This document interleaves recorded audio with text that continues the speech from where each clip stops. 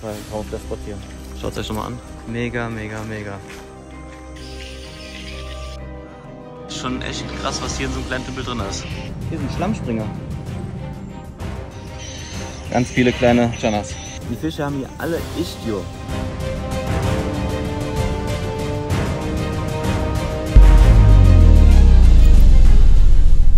Unsere Reise startete früh morgens in Kota Kinabalu, das ist die Hauptstadt von Sabah. Und ja, nach dem ersten Blick aus dem Fenster und nach der ersten Geruchsprobe ist einem erstmal klar geworden, wie viele Waldbrände dort aktuell lodern. Ja, so sieht es hier draußen aus.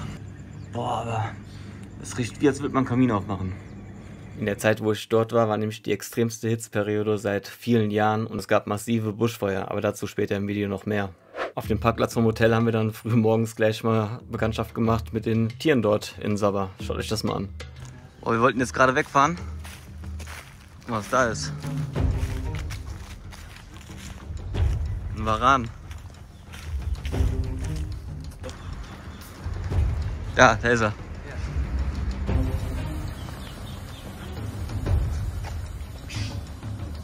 Krass. Okay. Er ist weg. Okay, das war heftig. Einfach mal 2 Warane, riesengroße. Ja, wir fahren jetzt auf jeden Fall erstmal los Richtung Dschungel.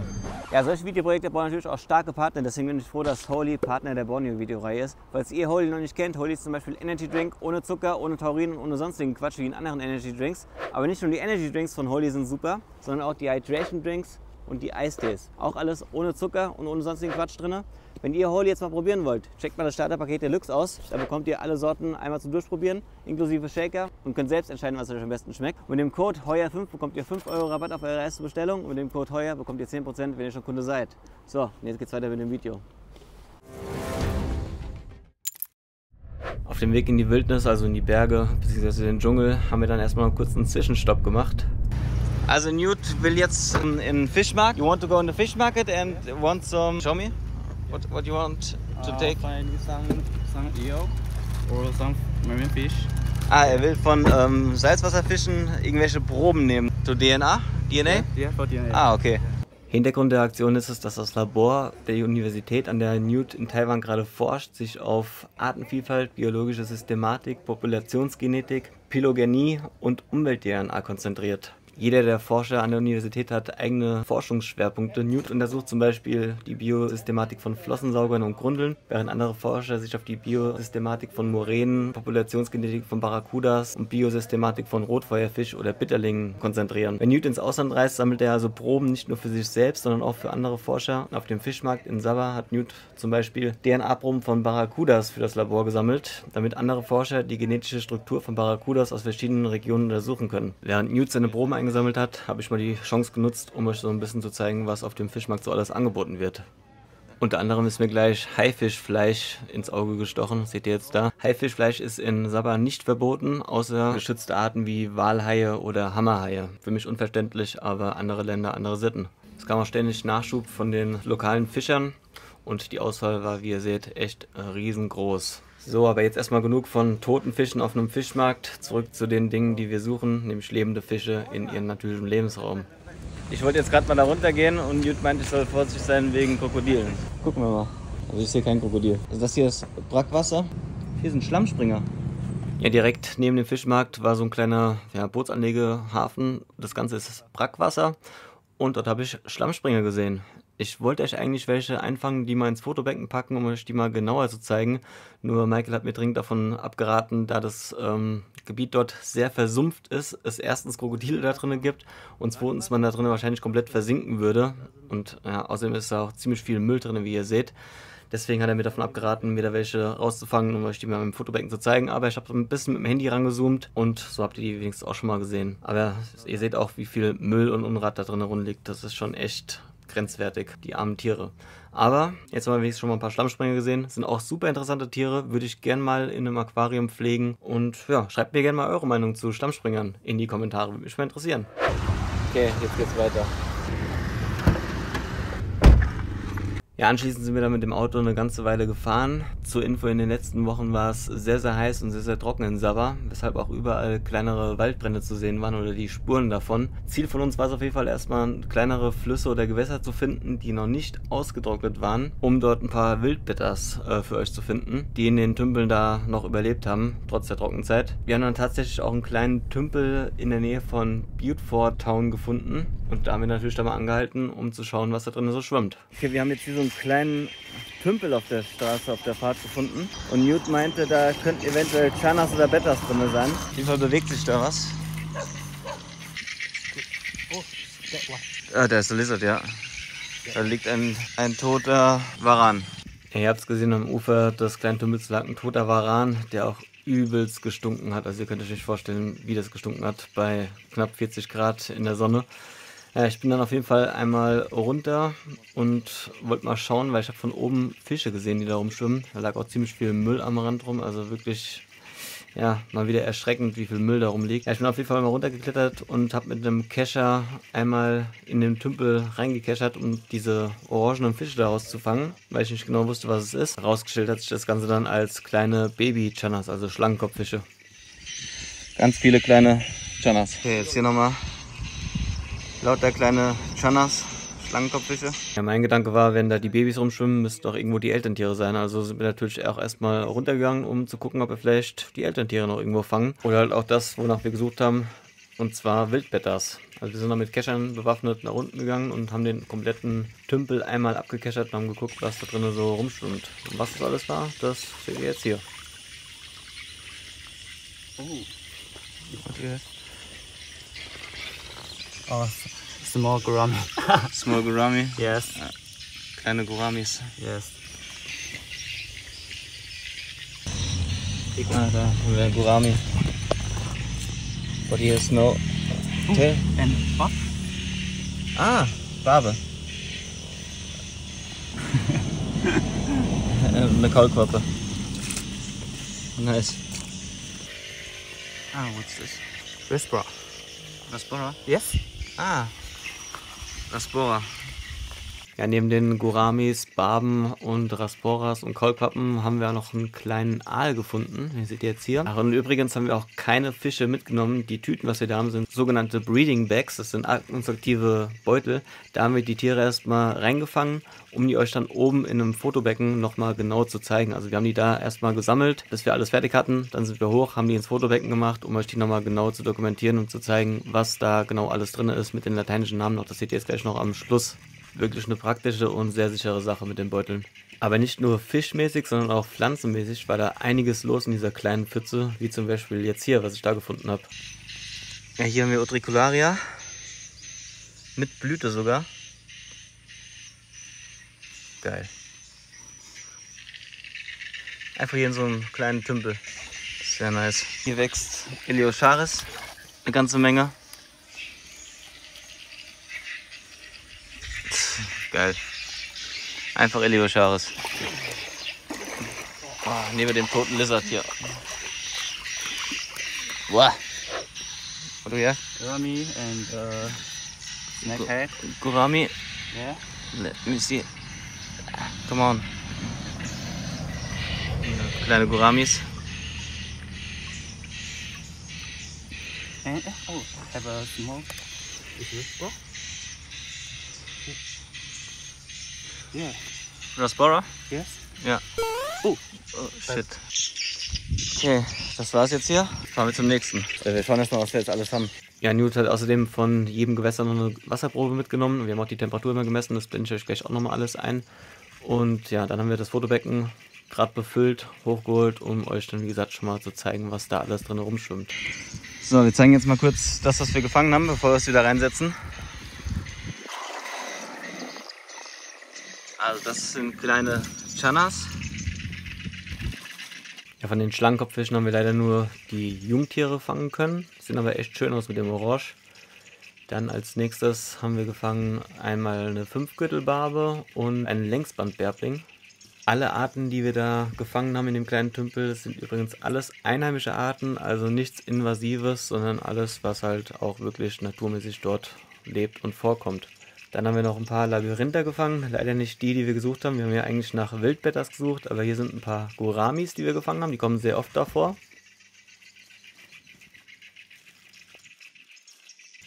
Dann haben wir noch eine Macrobrachium gefangen, eine Großarmgarnele. Die sind auch sehr vertreten in Asien, also sehr stark vertreten. Findet man eigentlich überall. Und zu guter Letzt noch den kleinen Aal hier. Das ist ein asiatischer Sumpfaal und der ist auch noch sehr, sehr klein. Die werden ungefähr 25 bis 40 cm groß, wenn die ausgewachsen sind. Und die habe ich auch bis jetzt noch nie live gesehen. Also war echt eine schöne Erfahrung, die mal wirklich in der Natur zu erleben. Aber es ist schon echt krass, was hier in so einem kleinen Tümpel drin ist. Alles in dem Teil hier.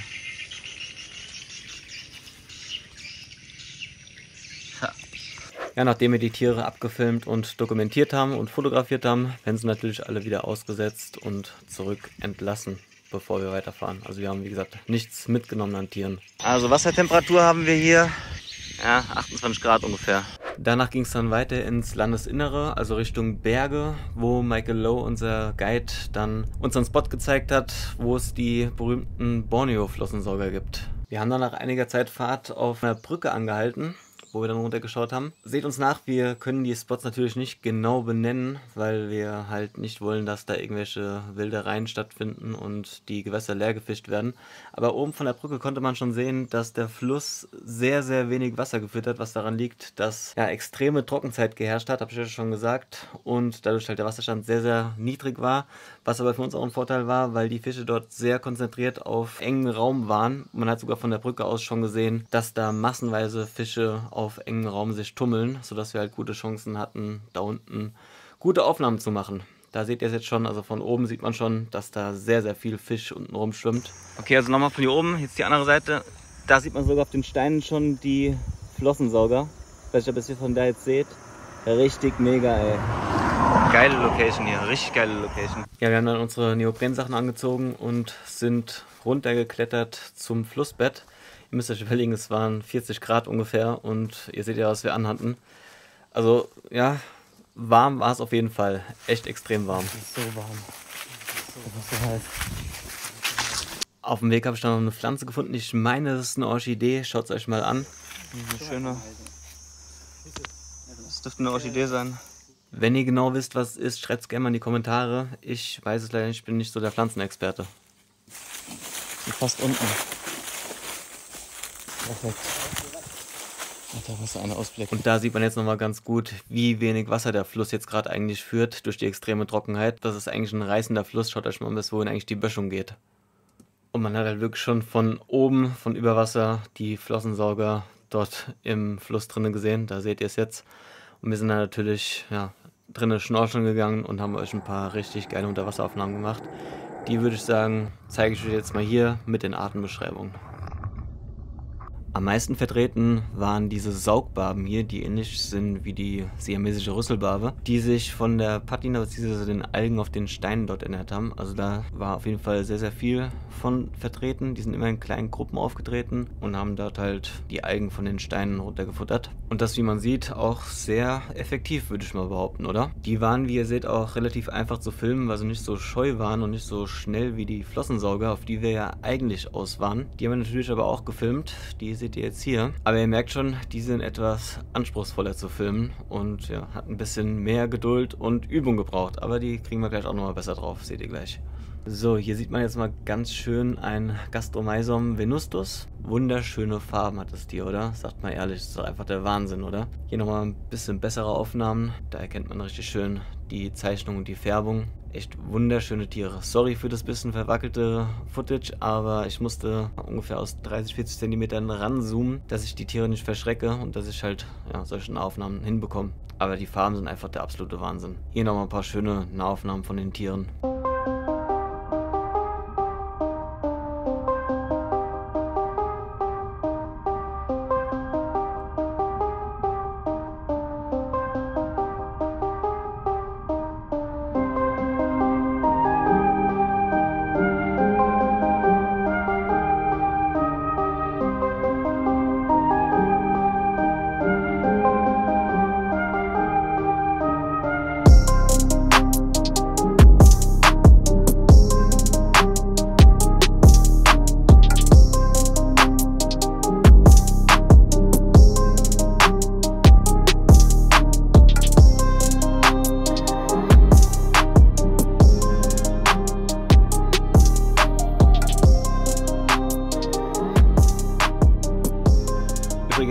paar Infos zu den Borneo-Flossensaugern generell. Also der Mythos, dass Flossensauger nur in starker Strömung gehalten werden sollen, ist, ja, wie gesagt, ein Mythos. Da gerade die Borneo-Flossensaugerarten eigentlich eher die ruhigeren Bereiche bevorzugen. Das haben wir auch mehrfach auf der Expedition festgestellt. Können wir euch dann, wie gesagt, auch nochmal ein bisschen dokumentieren. Und die Borneo-Flossensauger sind im Gegensatz zu den Flossensaugern aus China oder Taiwan auf höhere Temperaturen angewiesen, also so 26 bis 28 Grad in der Regel, wohingegen die Flossensauger aus China und Taiwan zum Beispiel eher niedrigere Temperaturen bevorzugen und die Flossensauger aus Borneo würden zum Beispiel bei Temperaturen unter 15 Grad verenden, weil es halt tropische Fische sind und die auf jeden Fall höhere Temperaturen brauchen. Ich werde euch übrigens in der Videobeschreibung die einzelnen Arten nochmal verlinken, also Steckbriefe dazu verlinken, sodass ihr bei Bedarf nochmal ein bisschen nachlesen könnt und euch nähere Informationen noch zu den Tieren ziehen könnt. Eine Aufnahme von den Rasboras, die da drin rumschwimmen, ist mir noch gelungen. Was es genau für ein Bärbling ist, kann ich jetzt leider gar nicht so sagen. Ja, was ich noch entdeckt habe zwischen den Steinen, war dieser kleine Wels hier. Und ich denke, euch ist auch schon aufgefallen, also man sieht deutlich, dass die Tiere alle krank sind. Das sieht man ganz eindeutig hier an den einen Flossensauger, der wirklich komplett übersät ist von Ichthyopparasiten. Da sieht man es jetzt ganz deutlich. Mal ganz kurzer Zwischenbericht. Die Fische haben hier alle Ichthyo. Keine Ahnung warum. Wir haben jede Menge Flossensauger auf jeden Fall auch gesehen. Und von wegen Flossensauger nur in starker Strömung. Ey, hier ist überhaupt keine Strömung. Ihr seht. Und hier sind massenweise Flossensauger. Also damit ist der Mythos, glaube ich, auch hinfällig.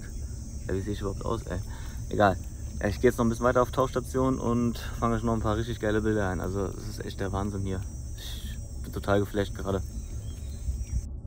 Ja, die Erkrankung mit Ichthyo ist darauf zurückzuführen, dass der Fluss ja so ausgetrocknet ist und dass so viele Tiere auf beengtem Raum waren. Und durch die hohen Temperaturen von 28, 29 Grad in den Flussbereichen, wo wir da jetzt gefilmt haben, und der Tatsache, dass dort in dem Bereich Landwirtschaft betrieben wird, das heißt halt auch Schadstoffe mit ins Wasser eingetragen werden, was das Immunsystem der Fische natürlich auch zusätzlich noch schwächt, können sich Krankheiten wie diese natürlich ultra schnell ausbreiten. Hauptgründe der Verunreinigung sind unter anderem der Anbau von Palmöl, also Palmölplantagen, wo der Dschungel abgerodet wird und dadurch der Filtereffekt des Dschungels. Also ihr müsst euch vorstellen, der Dschungel ist wie ein Schwamm, der Wasser speichert und filtert und auch reinigt. Und wenn der abgerodet wird und dann nur Palmölplantagen hingestellt werden, fließt das Wasser, so wie es ist, einfach in die Flüsse rein und spült dadurch natürlich auch viele Schadstoffe mit in die Gewässer rein. Ja, und dadurch sind natürlich sämtliche Fischbestände auf Borneo sehr gefährdet, die entweder dann durch die Hitze und austrocknende Gewässer verenden oder durch Krankheiten. Den Unterschied zwischen Gewässern, die in der Nähe von der Zivilisation sind und Gewässern, die noch 100% funktionieren, die halt im Dschungel sind, die seht ihr jetzt im Laufe des Videos natürlich auch noch. Das haben wir euch nämlich genauestens dokumentiert. Hier jetzt noch ein paar Aufnahmen von ein paar Jungtieren, wo man wirklich sieht, wie extrem der Befall hier auch ist und ja, dass das halt wirklich verheerende Folgen sind, die hier auftreten in Zusammenhang mit, wie gesagt, Landwirtschaft, Rodung und so weiter und so fort.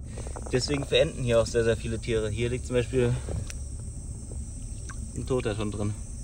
Ich schneide euch jetzt mal ein paar Unterwasseraufnahmen zusammen, dass ihr auch so ein bisschen einen Eindruck bekommt, wie das Biotop dort aussieht, falls das vielleicht irgendjemand im Aquarium nachbauen möchte.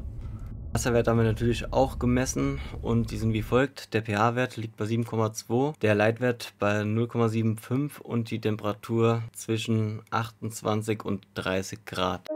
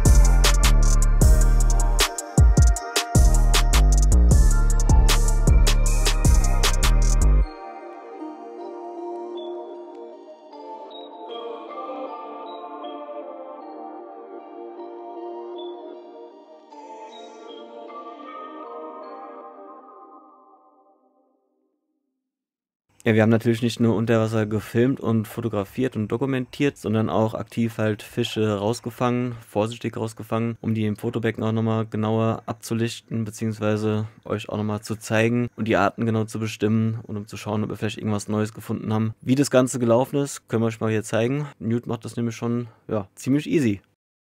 So, also Newt fängt jetzt gerade mal ein paar von den Flossensaugern raus, um die mal im Fotobecken ein bisschen zu zeigen. This is Gara. Gara. Das ist ein Gara. Yes. Ja.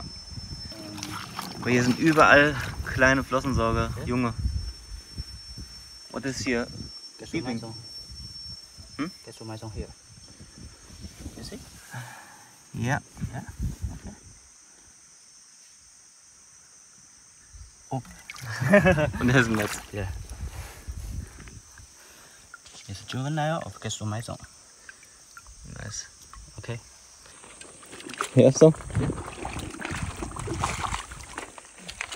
It's Gara and hier ist Crispra. Also die Fotos, die Newt dann von den Tieren gemacht hat, die er herausgefangen hat, sind eigentlich die gleichen, die ich euch eben schon gezeigt habe. Ich kann euch noch mal ein paar Bilder einblenden von den Tieren, die ich unter Wasser gemacht habe, weil ich finde die was aus dem Fotobecken halt nicht so schön. Ich kann euch ja mal eins einblenden, damit ihr seht, was ich meine. Die vom Fotobecken sind eigentlich nur, um die Arten nochmal genauer zu bestimmen und zu gucken, ob irgendwas Neues dabei ist. Aber wie gesagt, bei dem Spot war halt nichts Neues dabei, was ich nicht auch fotografiert habe.